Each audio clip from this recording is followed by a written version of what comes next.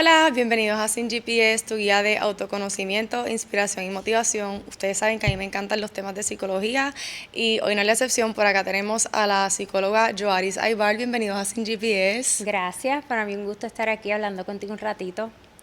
Me encantan todos estos temas y estoy excited para comenzar. Algo que a la gente le da mucho trabajo y que yo creo que en distintas etapas de la vida de todo el mundo trabaja con esto, son las presiones. Las presiones sociales, las presiones que uno mismo se pone. ¿Qué crees tú de esto? Es que desde la parte como compasiva con nosotros mismos estamos viviendo en una era digital. Eso es lo primero. Significa que las cosas han cambiado. Han surgido nuevas necesidades, nuevos tipos de personas y nuevas demandas de qué queremos, hacia dónde nos dirigimos, que nos hace estar en esta tal vez comparación. ¿Y qué pasa ahora que es un poco distinto antes, hace unos años atrás, es que antes no teníamos que en segundos vamos al celular y ya vemos lo que está pasando en el mundo. Vamos al celular y ya sabemos lo que está pasando con las personas que conocemos o hasta con las personas que no conocemos. Así que hay unas dinámicas que se dan hoy día que lo que nos lleva es como ir bien a la ligera, en FOMO, corriendo. Entonces yo digo, nunca es suficiente. O ya no es suficiente porque algo ocurre nuevo. Si yo estoy logrando una meta, un sueño, miro para el lado, que es en las redes sociales, y ya veo que alguien logró 2 veces ese sueño.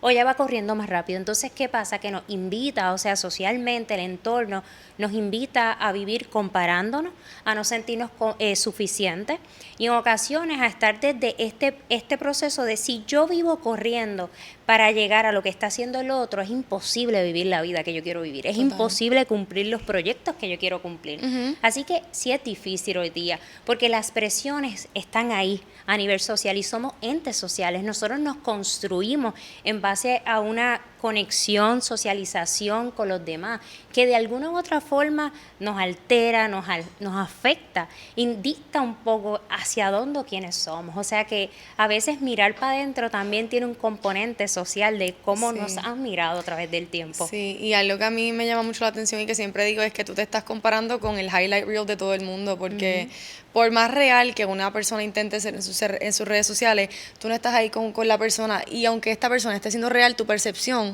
no es la percepción de la realidad que vive esta persona. Entonces me llama mucho la atención porque esto de las pasiones sociales le ocurre a todo el mundo de maneras distintas y en situaciones distintas.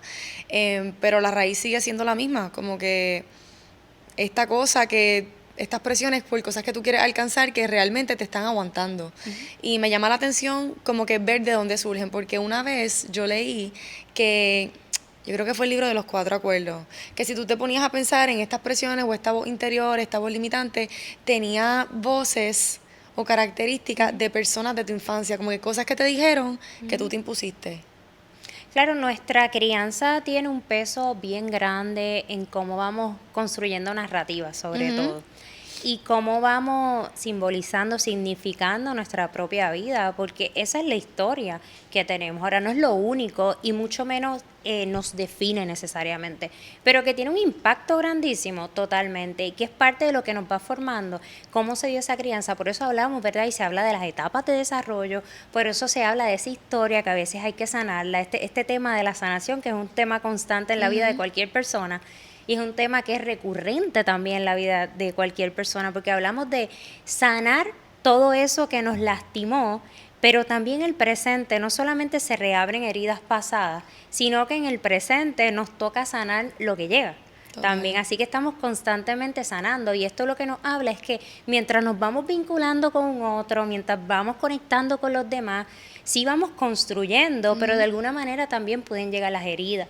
Y es ¿cuáles son esas historias que nos contaron o que compramos? Y cuando hablamos de la niñez, ¿verdad? Cuando hablamos de estas heridas de la infancia, hablamos de cómo se dio esa crianza, de si se creó un espacio seguro, un espacio de amor, un espacio que tal vez no es ambivalente, sino consistente. Entonces, cuando a lo mejor está este pequeño, esta pequeña que nace en un espacio un poquito más consistente en cariño, en cuidado, y sobre todo en que sea constante fuerte en lo que es la narrativa con la acción, porque muchas veces hay la intención y muchos padres tienen la intención de amar, de cuidar y de apoyar, pero tal vez había incongruencia en la narrativa con la acción. Así que es bien importante, si hay heridas de la infancia que a veces tenemos que reabrir o nos damos cuenta que no hemos sanado, y esto altera un poco más cuando preguntas la comparativa, la comparación. Si tenemos una herida de la infancia que no hemos visto, que no nos hemos dado cuenta, que no hemos sanado, tal vez en esa comparativa nos va a caer o va a ser más fuerte, nos va a estrujar más, porque esa parte de esa fortaleza interna que también se va construyendo, que tiene que ver con el trabajo interno, que tiene que ver con la sanación, que tiene que ver con un trabajo también de mentalidad, pero que tiene que ver con un trabajo también de conectar con la esencia, con ese ser, con lo que uno quiere. Y en este mundo que tal vez nos bombardea tanto, de tanta información, o sea, es un poco difícil uno aclarar qué es lo que quiero, cuándo lo quiero y cómo lo hago. Total. Sí, eso que dices de la cantidad de información que hay a veces es como un poco overwhelming. ¿Qué creo? ¿Qué sigo? Aplico, esta persona me dice que tengo que hacer estos pasos, pero por acá escucho esto otro. Que yo creo que la intención siempre es buena, específicamente con este tema de sanación y de sanar. Mientras más uno va creciendo, y personalmente yo digo, ya me voy dando cuenta porque es tan importante, porque todo el mundo está, o sea, la vida sigue, ¿me entiendes? No es como que tú estás aquí estacionada sanando las cosas que te pasaron de chiquita y aquí estás en esta loseta. No, no, no. Las cosas siguen pasando y se siguen acumulando y tú te vas dando cuenta cómo ese baggage que tú traes de cuando eras chiquito o chiquita se sigue arrastrando si no lo atiendes. ¿Por qué dirías tú que es importante sanar? Sanar te libera y sanar es lo que te permite continuar. O sea, la realidad es que procesos de sanación a veces toman tiempo. Cada quien tiene su historia y cómo la va sanando también es bien distinta. Pero sanar te da la capacidad de potenciarte, de continuar, de atreverte, porque sanar es un espacio donde tú te permites priorizarte, donde tú te permites accionar hacia eso que tú quieres. Y cuando tú te permites, ¿verdad? Desde la acción, desde ese verbo, tú empiezas a lograr cosas, porque empiezas a liberar ataduras. A mí lo que me encanta de la sanación también es cómo ver cómo cambia la perspectiva de las cosas una vez tú sales de ese rol de cuando tú te tomas las cosas personales, me pasó esto a mí, me hicieron esto a mí. Tú tomas las cosas de una manera. Ya cuando te sales de esa burbuja, tú puedes ver que en realidad todo el mundo está en su propia burbuja, ¿entiendes? Y a veces hasta inconscientemente la gente te hace daño, como lo que estábamos hablando, esa ambivalencia, incongruencia con los papás. Muchas veces los padres, los criadores, los cuidadores hacen daño cuando realmente tienen una buena intención, ¿entiendes? Y con todo esto de la presión, a veces queriendo controlar tanto a alguien, lo que hacen es herir. Claro, por la vida vamos encontrando distintas personas y hay personas, como bien dices, que hacen cosas sin saberlo, igualmente lastiman. Hay otras personas que tal vez lo que hacen es repetitivo, es continuo, por más que tú le dices. Pues entonces ahí hay que tomar decisiones porque lo que están haciendo es un poquito más directo y esto pasa en personas que viven violencia doméstica. Es bien, ahí el caso es como claro, donde hay unos patrones que se repiten, ahí yo digo, espérate, el tema de perdonar y soltar se vuelve un poco distinto en esos casos y tal vez la mirada es sánate, pero aléjate. Qué interesante eso. ¿Y cómo luciría la violencia doméstica en un ambiente familiar donde no necesariamente te están pegando? Es que la violencia doméstica también es psicológica, también es emocional y se representa de múltiples formas. O sea, es un campo bien abarcador y hay muchas maneras de tú violentar la paz, la tranquilidad de una persona, la seguridad, la autoestima de una persona. Así que se traduce de múltiples formas. Por eso es tan complejo a veces incluso identificarlo en personas que están con una familia, que están casadas, que están casados o que simplemente están en una relación dándose una oportunidad. Es complejo y vamos, sacamos esto más allá. La violencia no solamente es en pareja, la violencia se da en la familia, en las amistades, en los trabajos. O sea, la violencia se puede replicar en cualquier escenario donde incluyas a una o más de dos personas. Sí, pero me llama mucho la atención cuando dices la violencia en casa, como que cómo, en cuestión de ejemplos, cómo alguien podría identificar, ok, esto que está pasando en casa, que siempre ha sido así toda la vida, en realidad, esto que hay como violencia doméstica. Es bastante difícil para una persona cuando ha estado ha estado moviéndose desde esa realidad. Sin embargo, hay cosas como, primero, cómo te sientes tú, qué tan seguro, qué tan segura te sientes tú cuando ves a esa persona, cómo a nivel de energía te sientes, si te hacen de repente, te hace gaslighting, si te hace de repente, te deja de hablar. Si lo que tú dices y no estás de acuerdo con lo que tú dices, te ponen caras o tú ves que te castigan. O sea, hay tantas maneras de ir identificando. A veces no es tan fácil cuando te has movido por tanto tiempo en un ambiente.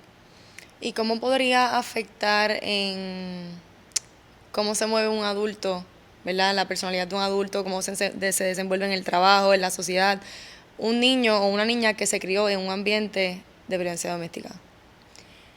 Yo creo que una de las cosas, o sea, el tema de violencia doméstica es un tema bien, bien profundo, es un tema bien delicado, es un tema que no es sencillo de abordar, no solamente, ¿verdad?, a nivel de terapia, sino a nivel social incluso. Hay muchas lagunas todavía, falta mucho camino, no es tan sencillo. Un niño que crece en un ambiente de violencia es un niño que tiene que sanar, porque está en un cuadro que no es seguro. Entonces desarrolla este estado de actividad constante de me tengo que defender, porque así aprendió a vivir, de los gritos, las miradas, los roces, los empujones. Así que el niño que crece en un ambiente así es un niño que necesita acompañamiento emocional definitivo. Y aquí viene el tema de lo que es la terapia, y la terapia es una oportunidad para cualquier persona sanar lo que tiene que sanar. Ya, me encanta, yo soy súper fan de la terapia, soy fan de que todo el mundo esté constantemente tratando de avanzar y seguir adelante, porque aunque uno no esté consciente, es como que siempre aparecen cosas que uno tiene que trabajar, que uno puede mejorar para, como quien dice, alcanzar su mejor potencial. Y algo que a mí me encanta como que tocar son estos temas de la gente que que vive buscando aprobación de otros. A veces inconscientemente, es como que todas estas presiones y todas estas cosas, a veces tú ni cuenta te das que estás viviendo por complacer a otros sin complacerte a ti.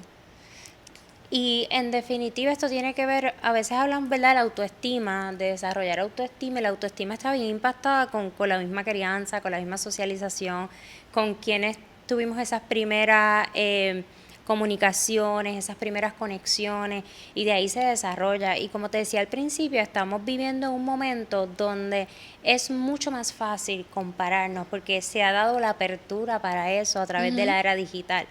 Y esto lo puedes llevar a cualquier escenario, a cualquier escenario. Yo te estaba, fuera de cámara te estaba mencionando, y esto es algo que es bien real, porque hoy día se están dando muchas modalidades, lo que es el gym, por ejemplo, que una recomendación que se da mucho a las personas en terapia es hacer movimiento, porque obviamente la parte física ayuda un montón a la parte emocional, pero hasta ir al gym, que comienza siendo, o pudiese para algunas personas comenzar siendo algo que es más recreativo, más para estar bien, a veces se vuelve una presión, porque entonces en el gimnasio ves que hay otras personas que se están viendo de una manera distinta, o que van a un nivel más adelantado que tú, o que hacen yo no sé cuántas pesas.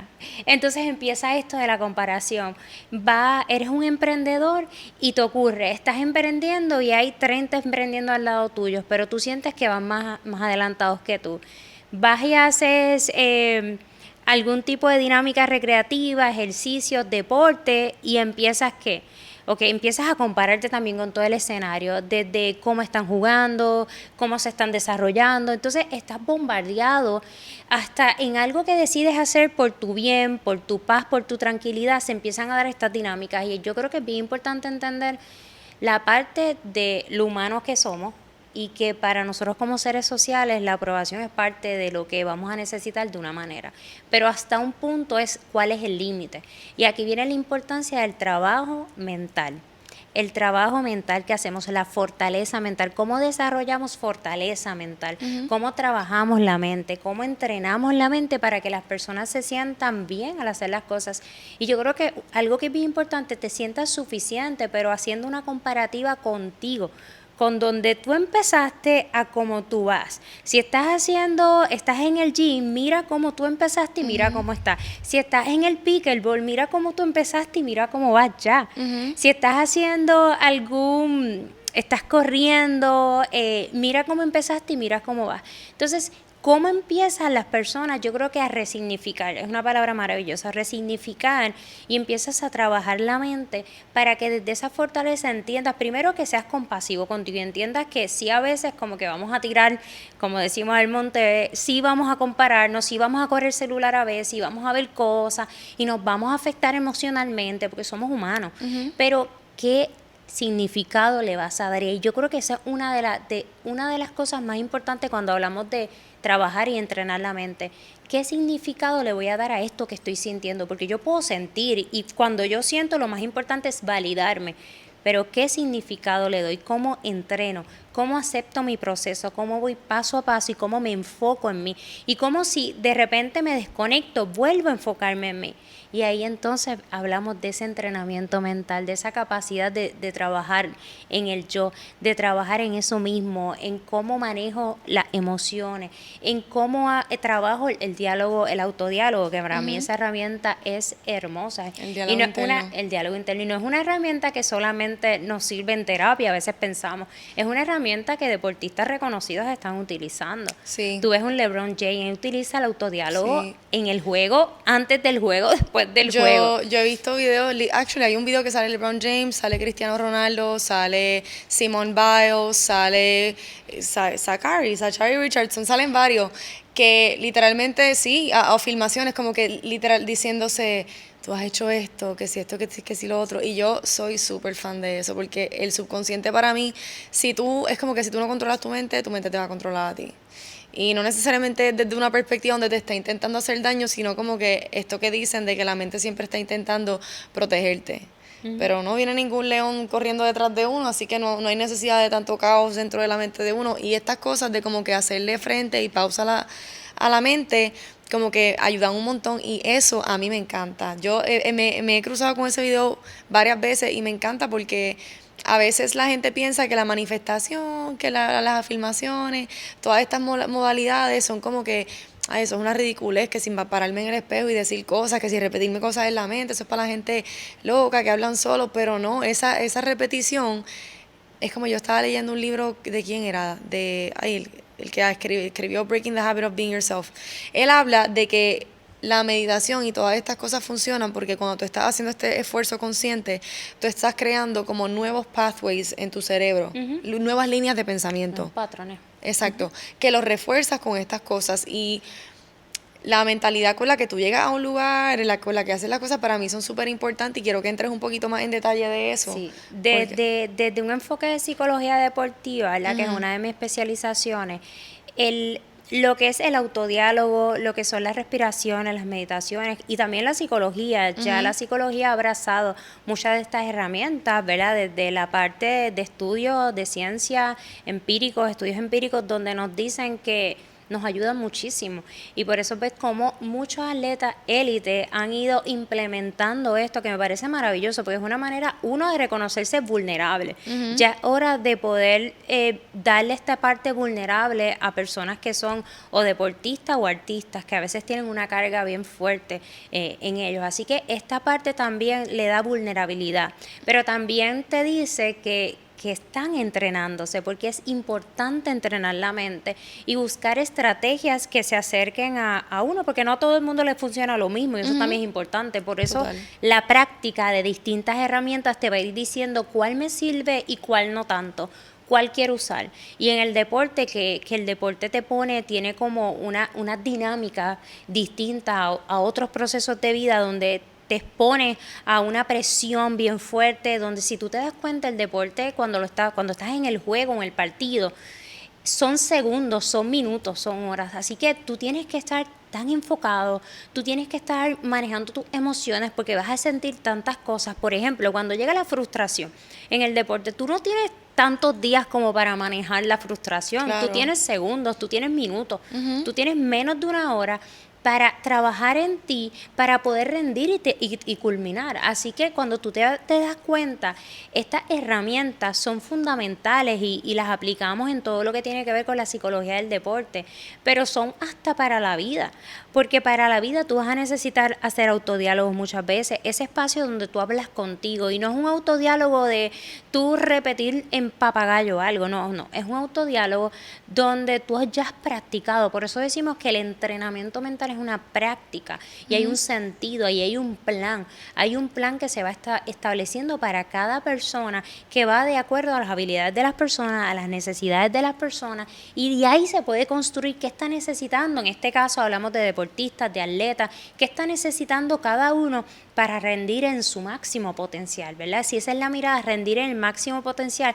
pero también cuidar, porque a veces se da algo que es el agotamiento emocional en los atletas y deportistas, y esto viene por la presión extrema, por estar siempre trabajando. Y cuando tú haces esta comparación, esto pasa con los artistas, esto pasa con las personas que se atreven y se arriesgan, ¿verdad?, a emprender, que siempre quieren estar, que todo el tiempo quieren estar dando más porque sienten que se van a quedar atrás. Entonces están sobreentrenando y se agotan, porque todos necesitamos un espacio, como decías ahorita, un espacio para desconectar, para recargarnos físico y mental. Total. Para recargarnos, esto es algo que hablamos mucho desde la psicología deportiva, para desconectar y volver a cargar y llegar con más energía, con más manejo emocional y mayor descansado, porque el descanso, te lo dicen, la recomendación de dormir y comer bien no viene porque sí, sino hay una base científica. Mientras mejor tú comes, mientras mejor tú descansas,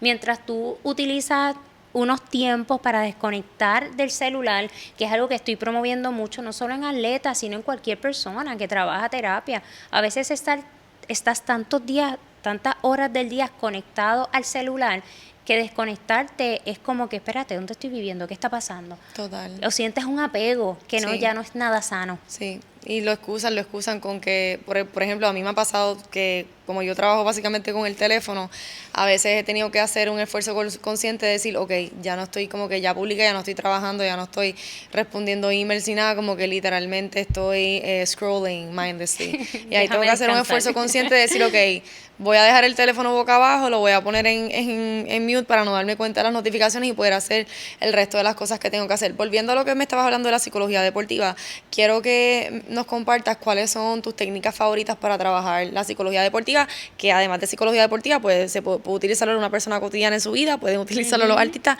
no solamente los atletas. ¿Cuáles serían tus técnicas favoritas? Mira, una que es bien poderosa es la visualización en el deporte, como dices, y para cualquier atleta, emprendedores, pero la visualización con un propósito y con un plan. Pero sí es bien efectiva. El autodiálogo es una de mis favoritas, las respiraciones, a veces con menos hacemos muchos más. Las respiraciones son, cuando alguien tiene ansiedad o cuando alguien padece ansiedad, una de sus herramientas que debe estar todo el tiempo ahí en conciencia son las respiraciones. Porque las respiraciones nos permiten traernos al presente y conectar con nuestro cuerpo. O sea, esa conexión con lo que está pasando en el aquí y el ahora es súper importante. Entonces, otra de las herramientas que son bien esenciales en el deporte es el hiperfoco. Cómo desarrollar enfoque en lo que tú quieres. Y algo que para mí es esencial es aprender a soltar la jugada, el momento. Y me voy a explicar porque esto lo pueden usar para la vida, cualquier persona. Cuando llega, y vamos al ejemplo del deporte, cuando llega una jugada y tú estás haciendo una jugada en cualquier deporte, la jugada te toma segundos. La jugada fue buena, positiva para tu equipo o para ti, perfecto. No fue tan buena, también perfecto, pero sigue siendo una jugada, porque es importante aprender a soltar la jugada, por ejemplo, en el deporte en específico, porque viene otra. Claro. Y si tú no aprendes a soltar esta que acaba de ocurrir, no te puedes enfocar en la próxima.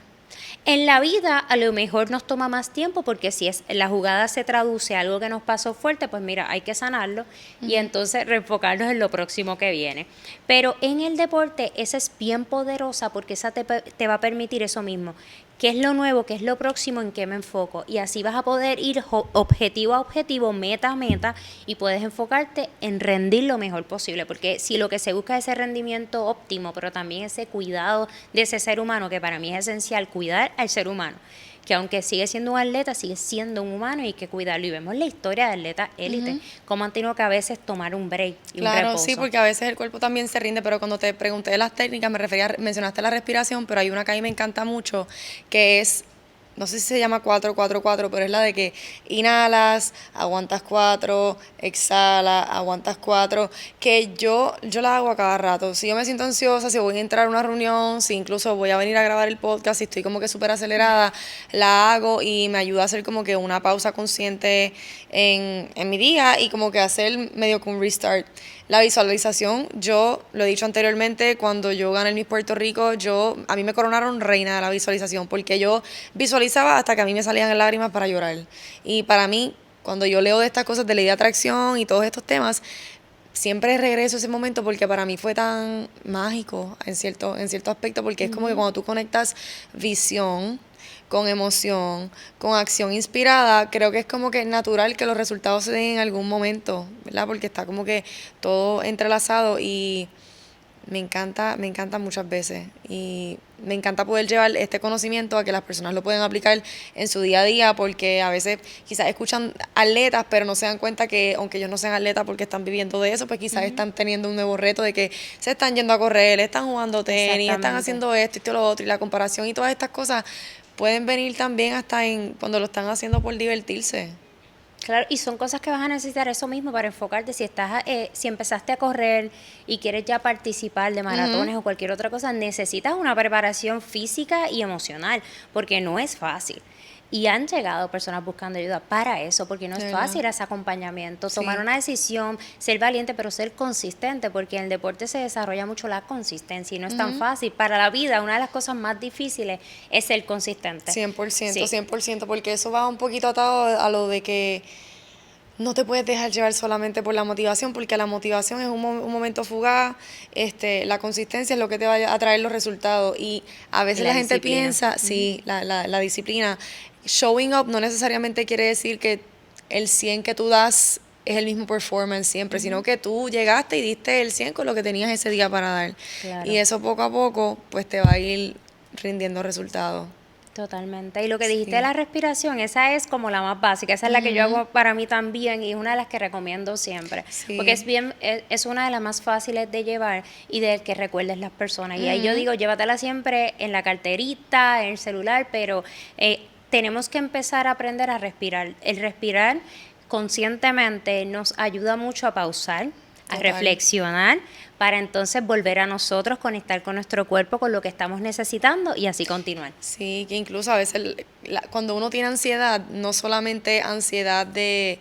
Hay gente que lo experimenta como taquicardia, hay gente que lo experimenta como pensamientos así. A mí, yo he tenido esa, la ráfaga de pensamiento. Y ahí es que yo digo, necesito calmarme. Y uso esa que es una de mis favoritas, pero también me gusta mucho la que te tapas aquí, te tapas acá, no sé cómo se llama esa, pero me gusta muchísimo. ¿Dónde te pueden conseguir las personas para que aprendan más y sigan todos tus consejos? Pues mira, me pueden conseguir a través de mis redes de Hablando con la Psicóloga, que ahí estoy en Instagram, en Facebook, a través de la Corporación Holística, para aquellos que estén jugando pickleball y quieran un team building, quieran charlas, quieran psicología deportiva o cualquier deporte, baloncesto, voleibol, en equipos, deportes individuales, tenis, para cualquiera de los deportes que hagas, puedes llamar a nuestro proyecto, que es la finca 100 por 35, nuestro proyecto de psicología deportiva, mentalidad deportiva, al 787-379-2373. Allí estamos a la orden. Súper, gracias por la invitación. Y a todos ustedes, gracias por escucharnos. No olviden suscribirse a la página, seguirnos en Instagram, seguir a la psicóloga, y a mí si no lo han hecho todavía, gracias por estar.